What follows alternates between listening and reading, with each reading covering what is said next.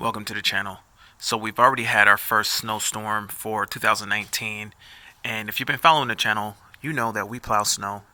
And I wanted to do some video, but I got a few clips, but I didn't really do as much video as I would like. But I have to say, the first snowfall of the year was a challenge. First snow of the year, check it out. We got the 19 duty loaded up with snow blowers. Got two snow blowers here, shovels, tons of salt, walk behind spreader. We are ready for business. Check out the plow, all ready to go. Just gotta go pick up little Jakey. At the end of the snowfall, the entire crew quit on me before the job was done, and I had to finish by myself.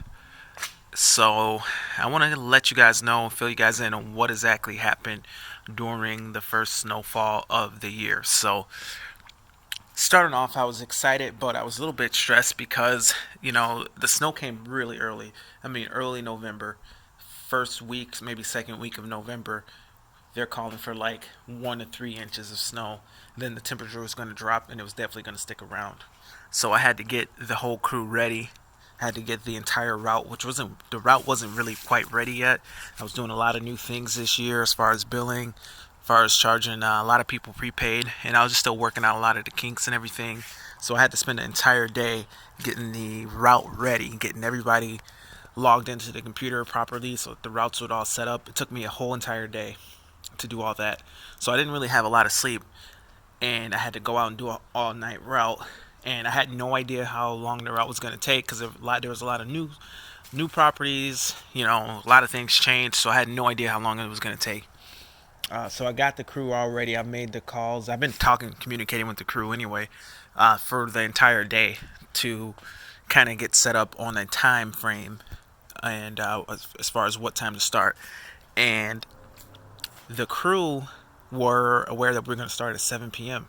So 7 p.m. rolls around, and I get a call or a text from one of my guys saying I won't be available to work because I'm busy. So right off the bat, we're a man short. So I'm like, okay, whatever. We still got 2 guys. I was going to run 3 guys. I said, whatever. We still got 2 guys. And I went and, one of the guys showed up. The other guy I went and picked up from his house. My little brother, actually. I went and picked him up from his house. And from there, we, went ahead and started our route. First route was a big property, a new property. It took me like an hour, maybe hour 20 minutes to get it done because I've never done it before, and it was a big property. A lot of shoveling, a lot of plowing, a lot of salting, and also too, on top of that, our big salt spreader that we have in the truck that we need this year was not installed yet, so we had to salt all these big properties with just a walk behind spreader. This is the spreader that we used, this walk behind landscape spreader, which actually, honestly, it wasn't that bad. It got the job done, but that added a lot more time to the route as well. So anyway, we continued to route, and the guys, because it was a night shift, they were just stressing out. One of the guys didn't come with the proper gear. He wore gym shoes and thin sweatpants. You would think at this point in this stage in the game that you would know what kind of gear to wear, but he apparently didn't get the memo, and he tried to do the whole route in the freezing cold and wet with just gym shoes, thin gym shoes at that, like not even leather, like they were literally cloth running shoes, 1 pair of socks, and sweatpants, and a very thin coat. So needless to say, he froze. Then the other guy apparently had old boots, and his feet were wet, so he was stressing out. So, they were stressing out, but on top of that, one of the guys, the quality of work kind of suffered, and I don't want to go into all the details of what exactly went down with his quality of work, but let's just say that his quality of work was suffering. So there was a few times where I kind of just told him, like, look, if you're going to act like that, just go sit in the truck. Like, I don't, know what to tell you. You don't feel good, whatever, but you can't do substandard work or low quality work on our job sites. So a portion of the night, he ended up just getting booted out back to the truck to just sit there. But anyway, after lunch, things got a little bit better after the guys had coffee. Bought everybody coffee and whatever they wanted from the gas station, and things got a little bit better after that. We started moving through the properties a little bit quicker. We started getting to the area where our route density was a lot better, and we're going through the properties. But then, as we're doing the snow at night, it just keeps snowing and snowing and snowing more and more and more. And it's like, man, they thought it was going to be 1 to 3 inches. It ended up being about 8 to 9 inches, really. And it just kept snowing all through the night. So I ended up just pushing my commercial properties to the latest possible time, so that they wouldn't get snowed back in. And the commercials were a little bit of a struggle because they were big and there were time constraints. So we, at this point we're pushing like 12 hours of work, and we finally get to the commercials. The guys were so tired.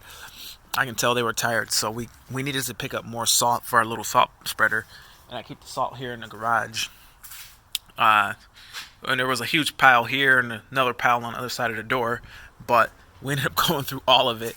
And I needed to pick up maybe like 500 more pounds of salt, and the guys were so tired that I just let them stay in the truck and warm up, and I'm hauling all this salt to the front by myself. Like, I really did give them a long break for more than an hour, hour and a half. Then I plowed the property, and that took an hour and a half because I never plowed it before. It was a lot of weird stuff, a lot of weird alleyways. You don't know what kind of pavement. It was kind of like a gravel road, and I didn't know how much down pressure to use, and I kind of had to figure stuff out on the fly. I didn't really get a chance to even look at these properties. I kind of looked at them, but I never really properly, addressed how to a course of action, whatever. And quite frankly, too, there's a lot bigger properties than what I'm used to. I'm used to like the regular old postage stamp parking lot where there's no real obstacles. Plus the lots that I've been doing before, I've been doing them for so long that I know them like the back of my hand. But these new lots, they took me a little getting used to. But it took me a while to plow it. But the whole time I was plowing, I let the guys stay in the truck because I knew they were tired. One of the guys was sleeping the whole time. The other guy just sat there running his mouth talking, oh, watch your trans temps, oh, watch your don't hit the pile too hard, oh, this. And I was like, man, please just be quiet while I'm plowing. So anyway, after I'm done plowing, they get out the truck, they do the shoveling, the salting, and I'm just I let them take a nice long break. So they finish all the shoveling, the salting, all that stuff with the walk behind salter, and get to the last little bit that needs to be salted, and my main guy goes, I can't even go on. I can't salt this property anymore. And I'm like, what? So I hurry up and salt it myself, and then he's in the truck. I'm so cold. I'm like, you're cold. You've been sitting in a truck for over an hour. You've been out of the truck for 10 minutes. Like, why are you cold? So he goes, I can't go on. I got to go home, man. I don't have any more. How many more do we have? We had like 5 more small houses, like this house. We had like 5 more small houses. And I'm like, we have 5 more. And he's like, I'm done. I can't go on. I can't, if I go, I'm going to have frostbite and all this stuff. So I'm like, are you serious? Are you sure? And I could have been like, forceful. I could have said, you know what? You have to work. I could have definitely done that. But I'm not really afraid of the pressure. Like, if you think you need to go home because you can't handle it, then go. I'll finish by myself. At the end of the day, I'm not afraid, or I'm not worried. I took care of business, so I took him home. The problem with taking him home is the fact that it took me longer to drive here, move everything out of the way, move your car out the back, put everything back. It took more time to do that. You could have just stayed in the truck and took a nap and just punched out. Like, I can't move everything around just to let you out. Like, that's a problem.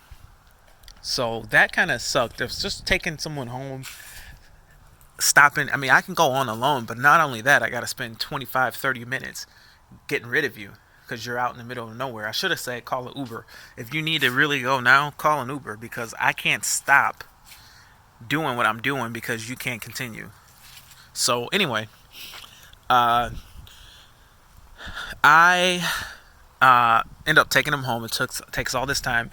Then the last guy with me, my little brother, Once he got to the fifth house, we did one more house, and he goes, "I can't continue either. We lost our other guy. I'm cold. I can't do it. I'm done." So then I had to drive him all the way back home, and then continue alone, 4 or 5 more houses by myself, and I just kept pushing. I was so tired. My arms were killing me, and I just went and just lifted up these snow blowers, did the last couple houses, but only did the ones that paid me. I mean, because then I had to be home. I had to get home because the salt spreader was coming, and I couldn't not be here to take delivery because I wanted to get the salt spreader. I need that spreader on the truck, and I just was having a little bit of anxiety about not getting salt spreader delivered, and you had to be home to take delivery. I had enough time just to do the ones that had already paid me. The only ones I didn't do are the ones I didn't pay yet, and the money wasn't technically due yet, but essentially I lost all those contracts with those residential properties that didn't pay yet because the money wasn't due and I didn't show up. So it doesn't show good faith that I don't show up. But the money wasn't due until November 28th, which is today, which is Thanksgiving. Happy Thanksgiving, everybody. But it doesn't help that I didn't show up and I'm trying to charge you like $500 for the year, but you can't count on me. And then people were calling and emailing and they're like, "Where are you?" I probably lost $2,000. Now I'm looking at, I just looked at the books, who all didn't pay, who I didn't show up for, and these people, I know they would have paid because I have a relationship with these people that had signed contracts already.